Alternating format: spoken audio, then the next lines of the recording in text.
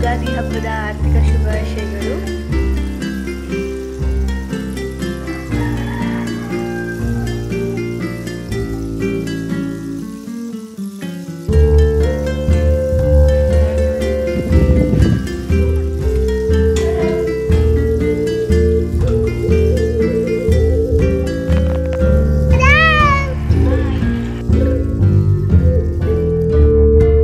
ಎಲ್ಲರಿಗೂ welcome back to my YouTube channel ಅನ್ಗೋಡ್ Kannada vlogs. ನಾನು ನಿಮ್ಮ ಎಲ್ಲರೂ ಹೇಗಿದ್ದೀರಾ? ಚೆನ್ನಾಗಿದ್ದೀರಾ? ನಾನು ಕೂಡ ತುಂಬಾ ಚೆನ್ನಾಗಿದ್ದೀನಿ. ಮೊದಲನೇದಾಗಿ ಎಲ್ಲರಿಗೂ ಹೊಸ ವರ್ಷ ಹಾಗೆ ಯುಗಾದಿ ಹಬ್ಬದ ಆರ್ಥಿಕ ಶುಭಾಶಯಗಳನ್ನ ತಿಳಿಸ್ತಾ, ಬೆಲ್ಲದ ಸಿಹಿ ಅಂಶ ನಿಮ್ಮ ಜೀವನದಲ್ಲಿ ತುಂಬಲಿ, ಬೇವಿನ ಕಹಿ ಸ್ವಲ್ಪ ಕಮ್ಮಿ ಇರಲಿ. ಆದಷ್ಟು ನೀವು ಅಷ್ಟೇ ಏನೇನೆಲ್ಲ ಅನ್ಕೋತೀರಾ ಆದಷ್ಟು ಅದನ್ನು ಈಡೇರಿಸ್ಕೊಳ್ಳೋಕ್ಕೆ ಟ್ರೈ ಮಾಡಿ, ಕಷ್ಟಪಡಿ, ಹಾರ್ಡ್ ವರ್ಕ್ ಮಾಡಿ ಅಂತ ಹೇಳ್ತಾ, ಈ ಒಂದು ಹಬ್ಬ ಇವತ್ತು ನನಗೆ ಬೆಳಗ್ಗಿನ ಜಾವದಿಂದನೇ ಶುರು ಆಯಿತು.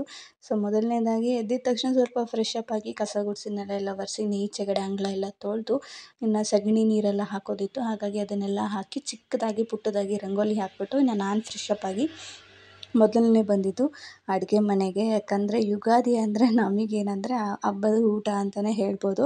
ಹಬ್ಬದ ಊಟ ಯಾಕೆ ಮಾಡ್ತೀವಿ ಅಂತ ಅಂದರೆ, ನಮ್ಮನ್ನು ಯಾರೆಲ್ಲ ಹಿರಿಯರು ನಮ್ಮನ್ನು ತ್ಯಜಿಸಿರ್ತಾರೆ, ಇವತ್ತು ಅವ್ರ ಗುಂಡಿಗೆ ಹೋಗಿ ನಾವೇನೇನೆಲ್ಲ ಅಡುಗೆ ಮಾಡಿರ್ತೀವೋ ಅದನ್ನೆಲ್ಲ ಇಟ್ಟು ಅವ್ರ ಪೂಜೆ ಮಾಡಿ ಅವ್ರನ್ನ ನೆನೆಸ್ಕೊಂಡು ಬರುವಂಥದ್ದು. ನಾವು ಹೊಸ ವರ್ಷ ಇದನ್ನೇ ಪಾಲಿಸ್ಕೊಂಬಂದಿರೋದು. ನಮಗೆ ಯುಗಾದಿ ಅಂತ ಅಂದರೆ ಇದೇನೆ. ಹಾಗಾಗಿ ನಾನು ಮೊದಲು ಬೆಳಗ್ಗೆನೇ ಎಲ್ಲನೂ ಕ್ಲೀನ್ ಮಾಡಿಕೊಂಡು ಒಂದು ಕಡೆಯಿಂದ ಇವಾಗ ಕಿಚನ್ಗೆ ಬಂದು, ಕಿಚನ್ನಲ್ಲೂ ಕೂಡ ಇನ್ನೊಂದು ಸತಿ ನಿನ್ನೆ ರೈಸ್ ಎಲ್ಲ ಮಾಡಿದ್ದೆ. ಹಾಗಾಗಿ ತಿರ್ಗಿ ಇನ್ನೊಂದು ಸತಿ ಒದ್ದೆ ಬಟ್ಟೆಯಲ್ಲಿ ಎಲ್ಲ ಒರೆಸ್ಕೊಂಡು ಫಸ್ಟು ಒಲೆಗೆ ಪೂಜೆ ಮಾಡ್ತಾಯಿದ್ದೀನಿ. ನಾನು ಪ್ರತಿ ಸತಿ ಯಾವುದೇ ಹಬ್ಬ ಯಾವುದೇ ಇದು ಬಂದರೂ ಒಲೆಗೆ ಮೊದಲು ಪೂಜೆ ಮಾಡ್ತೀನಿ. ಯಾಕಂದರೆ ಹಬ್ಬದ ಅಡುಗೆ ಮಾಡ್ತಾಯಿದ್ದೀವಿ ಅಂತಂದರೆ ಅದು ಸ್ವಲ್ಪ ಚೆನ್ನಾಗಿ ಬರಲಿ ಅಂತ ಕೇಳಿಬಿಟ್ಟು ದೇವರಲ್ಲಿ ಒಂದು ಸಣ್ಣ ಪ್ರಾರ್ಥನೆ ಅಷ್ಟೇ. ನಾವು ಮಾಡೋವಂಥ ಅಡುಗೆ ಯಾವುದು ಕೆಡದಂಗೆ ಸ್ವಲ್ಪ ಚೆನ್ನಾಗಿ ಬರಲಿ ಅಡುಗೆ ಅಂತ ಹೇಳ್ಬಿಟ್ಟು, ಹಾಗಾಗಿ ಮೊದಲು ನಾನು ಅದನ್ನು ಆವಾಗಿಂದನೂ ರೂಢಿ ಮಾಡ್ಕೊಂಬಂದ್ಬಿಟ್ಟಿದ್ದೀನಿ. ಹಾಗಾಗಿ ಇವತ್ತು ಕೂಡ ಅದನ್ನೇ ಮೊದಲು ಪೂಜೆ ಮಾಡ್ಕೋತಾ ಇದ್ದೀನಿ. ಆದರೆ ಈ ಸತಿ ಹಬ್ಬದಲ್ಲಂತೂ ಯಾವುದೋ ಒಂದು ಅಡುಗೆನೂ ಕೆಟ್ಟಿರಲಿಲ್ಲ. ಎಲ್ಲನೂ ತುಂಬಾ ಚೆನ್ನಾಗಿ ಬಂದಿತ್ತು ಅಡುಗೆ ಅಂತೂ. ಹಾಗೇ ತುಂಬಾ ಎಮೋಷ್ನಲ್ ಆದೆ ನಾನು. ಬೆಳಗಿನ ಜಾವ ಎದ್ದು ಎಲ್ಲ ಕೆಲಸ ಮಾಡಬೇಕಾದ್ರೆ ಅಂದರೆ ಆವಾಗ ಬಾಲ್ಯದ ನೆನಪು ಜಾಸ್ತಿ ಬಂತು. ಯಾಕಂದರೆ ಆವಾಗ ಹಬ್ಬ ಅಂದರೆ ನಮಗೇನಂದರೆ ಜಸ್ಟು ಆರಾಮಾಗಿ ಒಂದು 8 ಗಂಟೆಗೆ ಎದ್ದೇಳೋದು, ಸ್ನಾನ ಮಾಡೋದು, ಬಟ್ಟೆ ಹಾಕ್ಕೊಳ್ಳೋದು, ಫೋಟೋಸ್ ತಗೊಳ್ಳೋದು, ದೇವ್ರ ಪೂಜೆ ಮಾಡೋದು, ಇನ್ನು ಅಪ್ಪನ ಜೊತೆ ಹೋಗಿ ಮಾಮೂಲಿ ಹಿರಿಯರಿಗೆ ನಾವೇನು ಪೂಜೆ ಮಾಡ್ತೀವಿ ಅಲ್ಲಿಗೆ ಹೋಗಿ ಪೂಜೆ ಮಾಡಿ ವಾಪಸ್ ಬಂದು ಊಟ ಎಲ್ಲ ಮಾಡಿ ಆರಾಮಾಗಿ ರೆಸ್ಟ್ ಮಾಡೋದು. ಈ ಥರ ಇತ್ತು ನಮಗೆ ಹಬ್ಬ ಅಂದರೆ. ಇವಾಗ ತುಂಬಾ ಬದಲಾಗ್ಬಿಟ್ಟಿದೆ. ಎಲ್ಲ ಎದ್ದು ನಾವು ಮಾಡೋದು, ನಮ್ಮ ಮನೆ ಅಂತ ನಾವು ರೆಸ್ಪಾನ್ಸಿಬಿಲಿಟಿಯಾಗಿ ತೊಗೊಂಡು ಹಬ್ಬ ಹರಿದಿನಗಳನ್ನ ಮಾಡೋದು. ಆಮೇಲೆ ನಮ್ಮನ್ನು ನಾವು ಕಳ್ಕೊಂಡಿರೋವಂಥವ್ರನ್ನ ತಿರ್ಗಿ ಆವಾಗವಾಗ ನೆನೆಸ್ಕೊಂಡು ಅವ್ರಿಗೋಸ್ಕರ ಅಡುಗೆಗಳನ್ನ ಮಾಡೋದು. ಪ್ರತಿಯೊಂದೂ ಎಲ್ಲ ಹೊಸ್ದಾಗಿ ಎಲ್ಲ ಹೆಣ್ಮಕ್ಳು ಕಲಿತೀವಿ. ಅದೇ ಅನ್ನಿಸ್ತಾಯಿತ್ತು, ಹೇಗೆ ಮಾಡ್ತಾಯಿದ್ರು ನಮ್ಮ ಅಮ್ಮಂದಿರು ಒಂದು ವಾರಕ್ಕಿಂತ ಮುಂಚೆ ಮನೆಯೆಲ್ಲ ಕ್ಲೀನ್ ಮಾಡ್ಕೊಳ್ಳೋದು. ಇನ್ನು ಹಬ್ಬದ ದಿವಸ ಬಂದರೆ ಅವ್ರು ನಿದ್ದೆನೇ ಮಾಡ್ತಾ ಇರಲಿಲ್ಲ. ಅಡುಗೆ ಎಲ್ಲ ಥರ ಅಡುಗೆನೂ ಮಾಡ್ತಾಯಿದ್ರು. ಒಂದು 3-4 ಥರ ಪಲ್ಯ, ಸಾಂಬಾರು, ಕೂಟು, ಪಲಾವು ಎಲ್ಲ ಥರನೂ ಮಾಡ್ತಾಯಿದ್ರು. ಅಮ್ಮ ಅಂತೂ ಪ್ರತಿಯೊಂದು ಮಿಸ್ ಮಾಡ್ತಾ ಇರಲಿಲ್ಲ.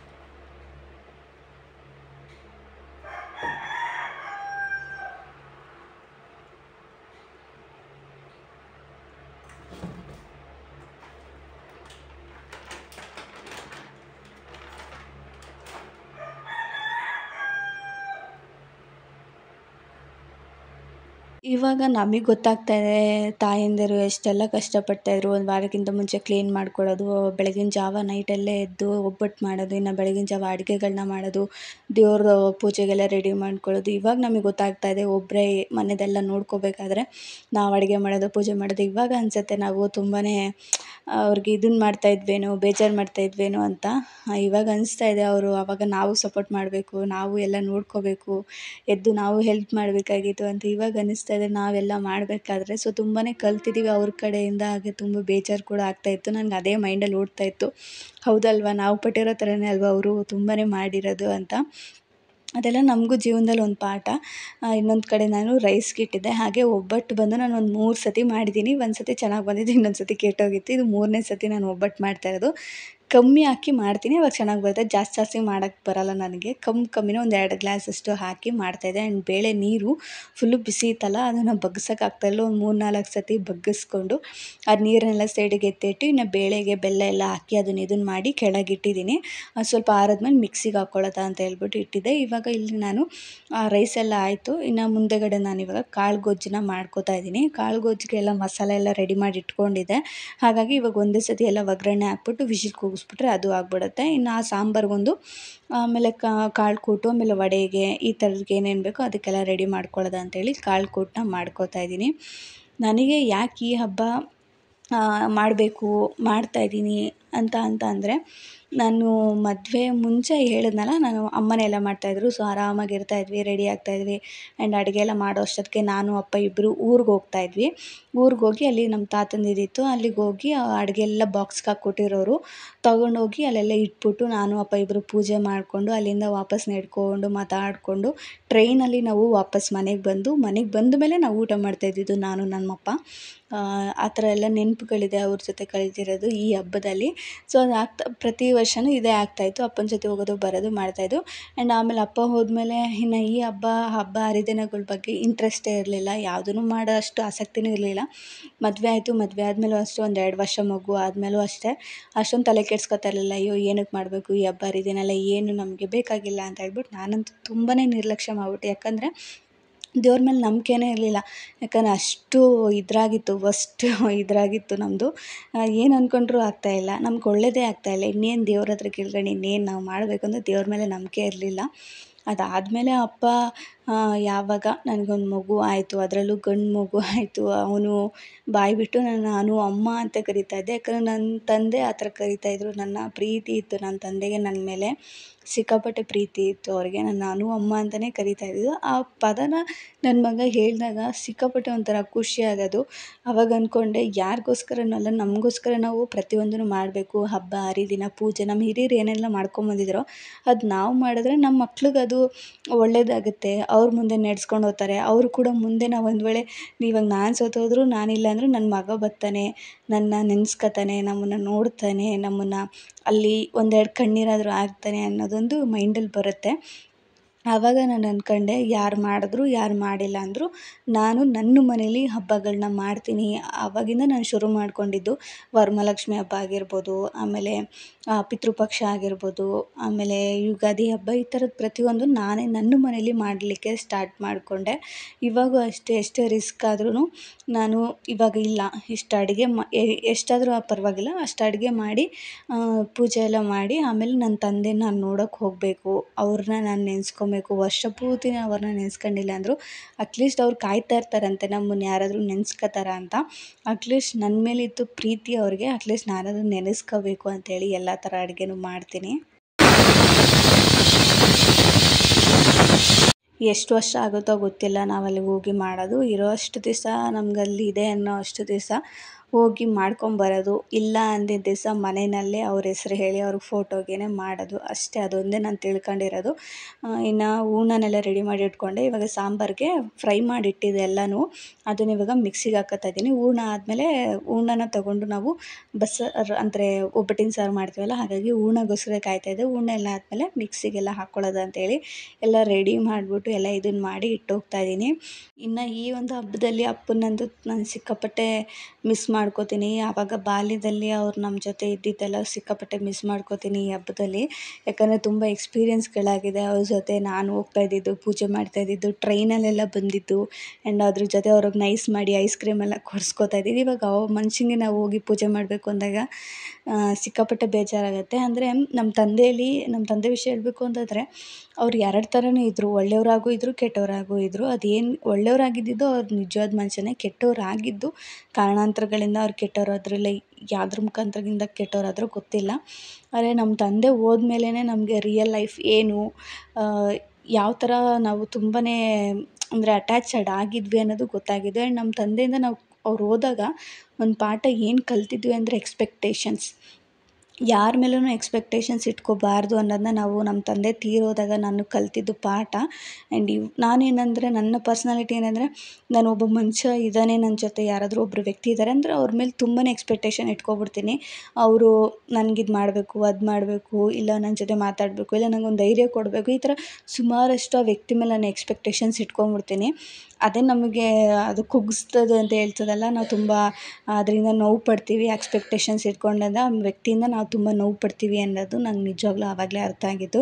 ಆ್ಯಂಡ್ ಹೋಗ್ತಾ ಹೋಗ್ತಾ ಹೋಗ್ತಾ ನಾವು ಯಾರ ಮೇಲೆಲ್ಲ ಎಕ್ಸ್ಪೆಕ್ಟೇಷನ್ಸ್ ಇಟ್ಕೊಂಡಿದ್ವಲ್ಲ, ಇವ್ರು ನಮ್ಮೋರು, ಇವ್ರು ನಮ್ಮೋರು ಅಂತ ಯಾರ ಮೇಲೆಲ್ಲ ನಾವು ಎಕ್ಸ್ಪೆಕ್ಟೇಷನ್ಸ್ ಇಟ್ಕೊಂಡಿದ್ವಿ ಅದೆಲ್ಲ ಸುಳ್ಳು ಅಂತ ಗೊತ್ತಾಗೋಯಿತು.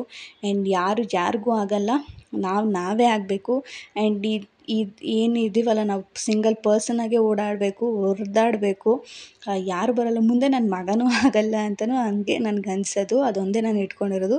ಇವಾಗ ನಾವು ಅವ್ರನ್ನ ಹೆತ್ತಿದ್ದೀವ, ಸಾಕ್ತೀವ, ಸಲಗ್ತೀವ, ಅವ್ರ ಲೈಫ್ ಅದು ಬಿಟ್ಬಿಡ್ಬೇಕು. ಅವ್ರು ನಮ್ಮನ್ನು ನೋಡ್ಕೋಬೇಕು, ಹಂಗೆ ಮಾಡ್ಬೇಕು, ಹಿಂಗೆ ಮಾಡಬೇಕು. ನಾವು ಅವ್ರ ಮೇಲೆ ಎಕ್ಸ್ಪೆಕ್ಟೇಷನ್ಸ್ ಇಟ್ಕೋಬಾರ್ದು. ಆ ಥರ ಇಟ್ಕೊಂಡ್ರೇ ನಮಗದು ಸಿಕ್ಕಾಪಟ್ಟೆ ನೋವು ಕೊಡುತ್ತೆ. ನನಗೆ ಅದೇ ಆಗಿದ್ದು.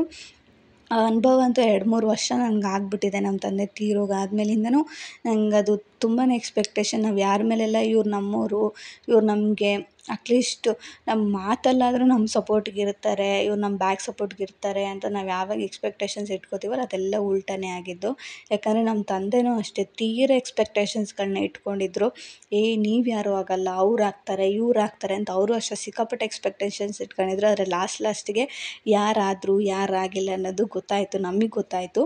ಸೊ ಆವತ್ತೇ ನಮಗೂ ಗೊತ್ತಾಗಿದ್ದು, ಹೌದು ಇವ್ರ ಮೇಲೆಲ್ಲ ನಾವು ಎಕ್ಸ್ಪೆಕ್ಟೇಷನ್ಸ್ ಜಾಸ್ತಿ ಇಟ್ಕೊಬಿಟ್ಟಿದ್ವಿ. ಇವಾಗೆಲ್ಲ ನಾವು ಓವರಾಗಿ ಅವ್ರನ್ನ ಇದು ಮಾಡ್ಕೊಬಿಟ್ಟಿದ್ವಿ, ಎಕ್ಸ್ಪೆಕ್ಟೇಷನ್ಸ್ಗಳನ್ನ ಇಟ್ಕೊಂಬಿಟ್ಟಿದ್ವಿ. ಆಗಲ್ಲ, ಅವ್ರದ್ದೇ ಆದಂಥ ಒಂದು ಲೈಫ್ಗಳಿರುತ್ತೆ, ಅವ್ರು ಅದ್ರಲ್ಲಿ ಮುಳುಗೋಗಿರ್ತಾರೆ. ಯಾರೂ ಬರೋಲ್ಲ ಇನ್ನೊಬ್ಬರು ಲೈಫ್ಗೆ ಒಳ್ಳೇದು ಮಾಡಬೇಕು, ಅವ್ರಿಗೆ ನಾವು ಬ್ಯಾಕ್ ಸಪೋರ್ಟಾಗಿ ನಿಂತ್ಕೋಬೇಕು ಅಂತ ಯಾರೂ ಬರೋಲ್ಲ ಅನ್ನೋದು ಆವತ್ತೇ ಗೊತ್ತಾಗಿದ್ದು. ಸೊ ನಮ್ಮ ತಂದೆಯಿಂದ ನಾವು ಅದೊಂದು ಪಾಠ ಕಲ್ತಿದ್ದೀವಿ. ಆ್ಯಂಡ್ ಇವಾಗೂ ಅಷ್ಟೇ, ಅದು ಹೇಳ್ತಾರಲ್ಲ ಸತ್ತೋದಾಗ ಎಲ್ಲರೂ ನೆನೆಸ್ಕೋತಾರೆ ಅಂತ. ನಾವು ಕೆಲವು ಸತಿ ಹೇಳ್ಬೇಕು ಅಂದರೆ, ತಂದೆ ಏನೋ ಒಬ್ಬರು ಮಾಡಿದ್ದಾರೆ, ಚೆನ್ನಾಗಿ ಆಸ್ತಿ ಮಾಡಿದ್ದಾರೆ, ಇಲ್ಲ ಅವ್ನು ನನಗೇನು ಮಾಡೇ ಇಲ್ಲ, ಎರಡೂ ನೆನಪಾಗುತ್ತೆ ನಮ್ಗೆ. ಅವ್ನು ಒಳ್ಳೆಯದು ನೆನಪಾಗುತ್ತೆ, ಅವ್ರು ಕೆಟ್ಟದ್ದು ನೆನಪಾಗುತ್ತೆ. ಹಾಗೆ ನನಗೂ ಅಷ್ಟೇ ಹಬ್ಬದಲ್ಲಿ ಸಿಕ್ಕಾಪಟ್ಟೆ ಇವಾಗೂ ಅಷ್ಟೇ ವಾಯ್ಸೆಲ್ಲ ಒಂಥರ ಆಗ್ತದೆ. ಅವ್ರ ಬಗ್ಗೆ ಹೇಳಬೇಕಾದ್ರೇ ವಾಯ್ಸೆಲ್ಲ ಒಂಥರ ಇದಾಗ್ತಾ ಇರುತ್ತೆ ನನಗೆ. ಆ ಥರ ಹೋಗಿ ಏನೂ ಮಾಡೋಕ್ಕಾಗಲ್ಲ, ಹೋಗಿದ್ದ ಮನುಷ್ಯ ಏನೂ ತಿರ್ಗಾ ಬರೋಲ್ಲ. ಆದರೆ ನನ್ನ ಮಗನ ರೂಪದಲ್ಲಿ ಅವ್ರು ಬಂದಿದ್ದಾರೆ ಅನ್ನೋದೊಂದು ಮಾತ್ರ ನನಗೆ ಗೊತ್ತು ಚೆನ್ನಾಗಿ. ಯಾಕಂದರೆ ನನ್ನ ಮಗ ಹಂಗಿದ್ದಾನೆ. ಆ್ಯಂಡ್ ಅವನು ನನ್ನ ಜೊತೆ ಇರೋ ರೀತಿ ಹಂಗೆ ಇದೆ. ನಮ್ಮ ತಂದೆ ಹೇಗೆ ನನ್ನ ಜೊತೆ ಇದ್ರೋ, ಅವ್ರಿಗೆ ನನ್ನ ಮೇಲೆ ಎಷ್ಟು ಪ್ರೀತಿ ಇತ್ತೋ ಇವಾಗಲೂ ಅಷ್ಟೇ ಅವ್ನಿಗೆ ನನ್ನ ಮೇಲೆ ಅಷ್ಟೇ ಇದೆ ನನ್ನ ಮಗನಿಗೆ. ಅವನು ನನ್ನನ್ನು ಕರೆಯೋದು, ಅಮ್ಮ ಅಂತ ಕರೆಯೋದು ನಂಗೆ ಸಿಕ್ಕಾಪಟ್ಟೆ ಇಷ್ಟ. ನನ್ನ ತಂದೆಯೇ ಕೆಲವು ಸತಿ ನೆನಪಾಗ್ತಾರೆ. ಅದೇ ಹೇಳ್ತಾರಲ್ಲ, ಅವ್ರು ಕೆಲವು ಸತಿ ಏನೂ ಮಾಡೋಕ್ಕಾಗಲ್ಲ. ಅವ್ರು ಏನೇ ಕೆಟ್ಟದ್ದು ಮಾಡಿದ್ರೂ ಅವರು ನಮ್ಮ ಜೊತೆ ಆವಾಗ ಚಿಕ್ಕವರಾಗಿದ್ದಾಗ ಅವ್ರು ನೋಡ್ಕೊಂಡಿದ್ದೆ ಕೆಲವು ಸತಿ ನೆನಪಾಗುತ್ತೆ. ಈ ಹಬ್ಬದಲ್ಲಿ ನಂಗೆ ತುಂಬಾ ನೆನಪಾಗ್ತಾರೆ ಅವರು. ಸ್ವಲ್ಪ ವಾಯ್ಸ್ ಬ್ರೇಕ್ ಆಯಿತು. ನಾನು ಏನು ಹೇಳೋಕ್ಕೆ ಇಷ್ಟಪಡ್ತೀನಿ ಅಂದರೆ, ಈ ವಿಡಿಯೋದಲ್ಲಿ ನಿಜವಾಗ್ಲೂ ಯಾರ ಮೇಲೂ ಎಕ್ಸ್ಪೆಕ್ಟೇಷನ್ಸ್ ಇಟ್ಕೋಬೇಡಿ. ಅವ್ರು ಹಿಂಗೆ ಮಾಡಬೇಕು, ಇವ್ರು ಹಿಂಗೆ ಮಾಡಬೇಕು, ಇವ್ರು ನಮ್ಮನ್ನು ಮಾತಾಡಿಸ್ಬೇಕು, ಇವ್ರು ನಮ್ಮ ಜೊತೆ ಚೆನ್ನಾಗಿರ್ಬೇಕು ಅಂತ ಯಾರ ಮೇಲೂ ಬೇಡ. ಅವ್ರು ನಿಜವಾಗ್ಲೂ ಮನಸಾರೆ ನಿಮ್ಮ ಜೊತೆ ಇರ್ತಾರಾ, ನೀವು ಇರಿ. ಅವ್ರು ಬರೀ ಬಾಯಿ ಮಾತಿಗೆ ಮಾತ್ರ ಇರ್ತಾರಾ, ಬೇಡ, ದೂರನೇ ಇರಿ. ನಿಮ್ಮ ಪಾಡಿಗೆ ನಿಮ್ಗೆ ಎಷ್ಟಾಗುತ್ತೋ ನೋಡಿ. ನೀವು ಕೋಟ್ಯಾಂತರ ರೂಪಾಯಿ ಸಂಪಾದನೆ ಮಾಡಬೇಕು ಅನ್ನೋದೇನಿಲ್ಲ. ನಿಮ್ಮ ಜೀವನಕ್ಕೆ ಎಷ್ಟು ಬೇಕೋ ಅಷ್ಟು ಸಂಪಾದನೆ ಮಾಡ್ಕೊಂಡು ಆರಾಮಾಗಿರ್ಬೋದು. ಯಾರ ಮೇಲೂ ಎಕ್ಸ್ಪೆಕ್ಟೇಷನ್ಸ್ ಅಂತೂ ಇಟ್ಕೋಬೇಡಿ. ಬ್ಯಾಕ್ ಸಪೋರ್ಟ್ ಆಗಿರಬೇಕಾಗಿತ್ತು, ನಾನೇನೋ ಮಾಡಿಬಿಡ್ತಾಯಿದ್ದೆ, ಅದೇನೋ ಮಾಡಿಬಿಡ್ತಾಯಿದ್ದೆ ಅಂತ ಯಾರ ಮೇಲೂ ನಿಮ್ಮ ಒಂದು ಹೋಪ್ಸ್ನ ನೀವು ಹಾಕಿ ಇಟ್ಕೋಬೇಡಿ. ಜಸ್ಟ್ ನಿಮ್ಮ ಕೈಲಿ ಏನಾಗುತ್ತೆ, ನೀವು ಸ್ವಂತವಾಗಿ ಹಾರ್ಡ್ ವರ್ಕ್ ಮಾಡಬೇಕು, ಕೆಲಸ ಮಾಡಬೇಕು, ಓಡಾಡಬೇಕು. ನಿಮ್ಮ ಕೈಲಿ ಏನಾಗುತ್ತೋ ಅದನ್ನು ಮಾಡಿ. ಆದಷ್ಟು ಸಕ್ಸಸ್ ಅನ್ನೋದು ನಿಮಗೆ ಸಿಕ್ಕೇ ಸಿಗುತ್ತೆ. ಯಾರಿದ್ದರೂ ಯಾರಿಲ್ಲ ಅಂದರೂ ಆದಷ್ಟು ಸಕ್ಸಸ್ ಸಿಕ್ಕೇ ಸಿಗುತ್ತೆ. ಈ ಹಬ್ಬದಲ್ಲಿ ನಾನು ಈ ವಿಚಾರನ ನಿಮ್ಮ ಜೊತೆ ಶೇರ್ ಮಾಡ್ಕೊಂಡಿದ್ದೀನಿ. ಅದೇ ಹೇಳ್ತಾರಲ್ಲ, ನಮ್ಮ ತಂದೆಯಿಂದ ಈ ಒಂದು ವಿಚಾರ ತುಂಬಾ ನನಗೆ ಟಚ್ ಆಗಿದೆ. ಅಂದರೆ ಎಕ್ಸ್ಪೆಕ್ಟೇಷನ್ಸ್ ಯಾರಿಂದನೂ ಇಟ್ಕೋಬಾರ್ದು ಅನ್ನೋದು. ಸೊ ಅದಕ್ಕೋಸ್ಕರ ಯಾರಲ್ಲೂ ನೀವು ಎಕ್ಸ್ಪೆಕ್ಟೇಷನ್ಸ್ ಇಟ್ಕೋಬೇಡಿ. ಆರಾಮಾಗಿರಿ. ನೀವೇನು ದುಡಿತೀರೋ ಸಾಕು, ಅದರಲ್ಲೇ ಎಂಜಾಯ್ ಮಾಡಿ. ಏನೋ ಸೇವಿಂಗ್ಸ್ ಮಾಡ್ತೀರಾ ಮಾಡಿ, ಲೈಫಲ್ಲಿ ತುಂಬ ಚೆನ್ನಾಗಿರಿ ಅಷ್ಟೇ. ಅವರಿಲ್ಲ, ಇವರಿಲ್ಲ, ಇವ್ರು ನಮಗೆ ಮಾಡಿಲ್ಲ, ಅವ್ರು ನಮಗೆ ಮಾಡಿಲ್ಲ ಅಂತ ಯಾರ ಮೇಲೂ ಇಟ್ಕೊಳ್ಳೋದಕ್ಕೆ ಹೋಗಬೇಡಿ ಅಷ್ಟೇ. ಆ್ಯಂಡ್ ಈ ಸತಿ ಅಂತೂ ನನಗೆ ಸಿಕ್ಕಾಪಟ್ಟೆ ಇಷ್ಟ ಆಗಿದೆ ಅಡುಗೆ. ಸಾಂಬಾರು ಅಷ್ಟೇ, ಒಬ್ಬಟ್ಟು ಅಷ್ಟೇ ತುಂಬಾ ಚೆನ್ನಾಗಿ ಬಂದಿತ್ತು. ಅಂದ್ಕೊಂಡಿರಲಿಲ್ಲ ನಾನು ಚೆನ್ನಾಗಿ ಬರುತ್ತೆ ಅಂತ ಹೇಳ್ಬಿಟ್ಟು. ಯಾಕಂದರೆ ಕಮ್ಮಿ ಕ್ವಾಂಟಿಟಿಲಿ ಮಾಡಿದ್ರೂ ಎಲ್ಲ ಅಡುಗೆನೂ ಚೆನ್ನಾಗಿ ಬಂದಿತ್ತು, ಯಾವುದೂ ಕೆಟ್ಟೋಗಿರಲಿಲ್ಲ. ಅದರಲ್ಲೂ ಕೂಡ ಆನ್ ಟೈಮ್ ಕರೆಕ್ಟಾಗಿ ಕರೆಕ್ಟಾಗಿ 9-9:30 ಅಷ್ಟೊತ್ತಿಗೆ ಅಡುಗೆ ಎಲ್ಲ ಮುಗಿಸ್ಕೊಂಬಿಟ್ಟಿದ್ದೆ ನಾನು. ಇನ್ನು ಬಜ್ಜಿ ಬೋಂಡ ಅಂದರೆ ಬಜ್ಜಿ ಮತ್ತು ವಡೆ ಹಾಕೋದು ಮಾತ್ರ ಕೊನೆಯಲ್ಲಿ ನಾನು ಅದನ್ನು ಇಟ್ಕೊಂಡಿದ್ದೆ. ಒಂದು 15 ಒಬ್ಬಟ್ಟನ್ನು ಮಾತ್ರ ಇವಾಗ ತಟ್ಕೊತಾ ಇದ್ದೀನಿ. ಯಾಕಂದರೆ ಗುಂಡಿ ಹತ್ರ ತೊಗೊಂಡೋಗೋಕ್ಕೆ, ದೇವ್ರ ಮನೆ ಹತ್ರ ಇಡೋಕ್ಕೆ, ಆ್ಯಂಡ್ ಪ್ರವೀಣ್ ಅವ್ರ ಅಮ್ಮ ಇದ್ದಾರಲ್ಲ ಅವ್ರ ಗುಂಡಿ ಹತ್ರ ತೊಗೊಂಡೋಗೋಕ್ಕೆ ಒಂದು 5-6 ಚೆನ್ನಾಗಿ ಎತ್ತಿಟ್ಕೊಂಡು, ಇನ್ನು ಮಿಕ್ಕಿದ್ದು ಇನ್ನೊಂದು ಸ್ವಲ್ಪನ ನಾವು ಅಲ್ಲಿಂದ ಲೇಟ್ ಆಗುತ್ತಲ್ಲ ಪೂಜೆ ಎಲ್ಲ ಮುಗಿಸ್ಕೊಂಬರೋ ಅಷ್ಟೊತ್ತಿಗೆ 11-11:30 ಆಗುತ್ತೆ. ಹಾಗಾಗಿ ನಾವೆಲ್ಲ ತಿನ್ನೋದಕ್ಕೆ ಒಂದು 2 ಎಕ್ಸ್ಟ್ರಾ ಒಂದು 15ನ ಮಾಡಿ ಇಟ್ಬಿಟ್ಟು ಇನ್ನು ಮಿಕ್ಕಿದ್ದನ್ನೆಲ್ಲ ತೊಗೊಂಡು ಹಾಗೆ ಫ್ರಿಜ್ಜಲ್ಲಿ ಇಟ್ಟಿದ್ದೆ. ಇನ್ನು ಮಧ್ಯಾಹ್ನ ಇಲ್ಲ ಸಂಜೆ ಮಾಡ್ಕೊಳ್ಳೋದ ಇನ್ನು ಮಿಕ್ಕಿದ್ದು ಅಂತ ಹೇಳ್ಬಿಟ್ಟು ಹಂಗೆ ಇಟ್ಟಿದ್ದೆ. ಆ್ಯಂಡ್ ಒಬ್ಬಟ್ಟು ಅಷ್ಟೇ ತುಂಬ ಚೆನ್ನಾಗಿ, ಅಂದರೆ ನಾನು ಪರ್ಫೆಕ್ಟಾಗಿ ಹಿಂಗೆ ರೌಂಡ್ ಬರುತ್ತೆ ಅಂತ ನಾನು ತೋರಿಸಿಲ್ಲ ಇಲ್ಲಿ, ಜಸ್ಟ್ ಹೇಗೆ ಬರುತ್ತೋ ಹಾಗೆ ಸಾರಿಸ್ತೀನಿ. ಅಂದರೆ ಒಬ್ಬಟ್ಟು ಅಷ್ಟು ಕ್ಲಿಯರಾಗಿ ತಟ್ಟಕ್ಕೆ ಇನ್ನೂ ಬರೋಲ್ಲ, ಸ್ವಲ್ಪ ಟ್ರೈ ಮಾಡಿ ಆದಷ್ಟು ತಟ್ಟೋದಕ್ಕೆ ಟ್ರೈ ಮಾಡ್ತೀನಿ. ಅಷ್ಟು ರೌಂಡಾಗಿ ಬರೋಲ್ಲ, ಸ್ವಲ್ಪ ಮಟ್ಟಿಗೆ ಬರುತ್ತೆ ಅಷ್ಟೇ. ಇನ್ನು ಬಜ್ಜಿ ಮತ್ತು ವಡೆ ಹಾಕೋದಿತ್ತು. ಒಂದು ರೌಂಡು ವಡೆ ಹಾಕ್ತೆ, ಅದನ್ನ ಎತ್ಬಿಟ್ಟು ಇನ್ನೊಂದು ರೌಂಡು ಬಜ್ಜಿ ಹಾಕ್ತಾಯಿದ್ದೀನಿ. ಯಾಕಂದರೆ ಅಲ್ಲಿ ದೇವ್ರ ಹತ್ರಕ್ಕೆ ಇದಕ್ಕೆಲ್ಲ ತೊಗೊಂಡೋಗ್ಬೇಕಲ್ಲ, ಹಾಗಾಗಿ ಎಷ್ಟೆಷ್ಟು ಬೇಕೋ ಅಷ್ಟಷ್ಟೇ ಆದಷ್ಟು ಮಾಡಿಕೊಂಡೆ. ಇನ್ನು ದೇವ್ರ ಪೂಜೆಗೆಲ್ಲ ರೆಡಿ ಮಾಡಿ ಇಟ್ಟಿದ್ನಲ್ಲ, ಪ್ರವೀಣ್ ಅವರೇ ಪೂಜೆ ಮಾಡ್ತೀನಿ ಅಂದರೆ ಸರಿ ಆಯಿತು, ಪಾಪಂಗೆಲ್ಲ ಸ್ನಾನ ಮಾಡಿಸ್ಬಿಟ್ಟು ಎಣ್ಣೆ ಹಾಕಿ ಅದನ್ನೆಲ್ಲ ಕ್ಯಾಪ್ಚರೇ ಮಾಡೋಕ್ಕಾಗಿಲ್ಲ. ನನ್ನ ಮಗಂದು ಎಣ್ಣೆ ಹಚ್ಚಿ ಎಲ್ಲ ಸ್ನಾನ ಮಾಡಿಸಿದೆ. ಯಾಕಂದರೆ ವೀಡಿಯೋದಲ್ಲಿ ಏನಾಗ್ಬಿಟ್ಟಿತ್ತು ಅಂದರೆ ಜಾಸ್ತಿ ಅವ್ನದು ಕ್ಯಾಪ್ಚರ್ ಮಾಡಿ ಹಾಕಿದೆ. ಅದರಲ್ಲಿ ಏನಂದರೆ ಚೈಲ್ಡ್ ಏನೋ ಅನ್ಸೇಫ್ಟಿ ಅಂತ ಏನೋ ಬಂದು ರೆಡ್ ಇದ್ರಲ್ಲಿ ಬಂದುಬಿಟ್ಟಿತ್ತು. ಆ ವೀಡಿಯೋ ಅಪ್ಲೋಡ್ ಮಾಡೋಕ್ಕಾಗಲಿಲ್ಲ. ಆಮೇಲೆ ತಿರ್ಗಾ ಒಂದು ಎಲ್ಲೆಲ್ಲಿದೆ ಅದನ್ನೆಲ್ಲ ತೆಗೆದ್ಬಿಟ್ಟು ಆಮೇಲೆ ನಾನು ವೀಡಿಯೋ ಹಾಕಿದ್ದಕ್ಕೆ ಅದು ಬಂತು. ಅದಕ್ಕೋಸ್ಕರ ನಾನು ಇದರಲ್ಲಿ ಒಂದು ಜಾಸ್ತಿ ಏನೂ ತೋರ್ಸೋದಕ್ಕೆ ಹೋಗ್ತಾಯಿಲ್ಲ. ಸ್ವಲ್ಪ ಭಯ, ಯಾಕಂದರೆ ಮಕ್ಕಳು ನಾವು ಹೇಗೆ ತೋರಿಸಿದ್ರೆ ಅದು ಹೇಗೆ ಯೂಟ್ಯೂಬಲ್ಲಿ ಇದಾಗುತ್ತೆ ಅಂತ ಗೊತ್ತಾಗಲ್ಲ, ಅದಕ್ಕೋಸ್ಕರ ಅಷ್ಟೇ. ಸೊ ಅವನಿಗೂ ಎಣ್ಣೆ ಸ್ನಾನ ಎಲ್ಲ ಮಾಡಿಸಿ ದೇವ್ರ ಪೂಜೆಗೆ ನಿಲ್ಲಿಸ್ಕೊಂಡ್ರು.